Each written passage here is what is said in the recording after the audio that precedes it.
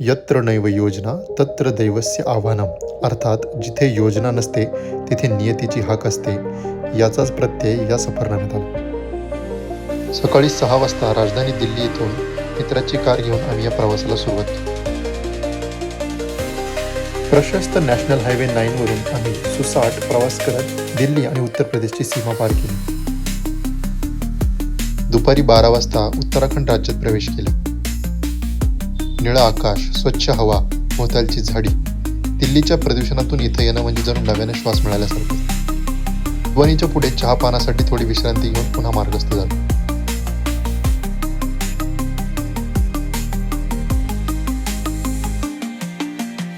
वळणदार डोंगर रस्ते नेहमीच मन हलकं करतात. जणू आतल्या क्षणिक धुळीवर निसर्ग स्वतःच हात फिरवत असतो.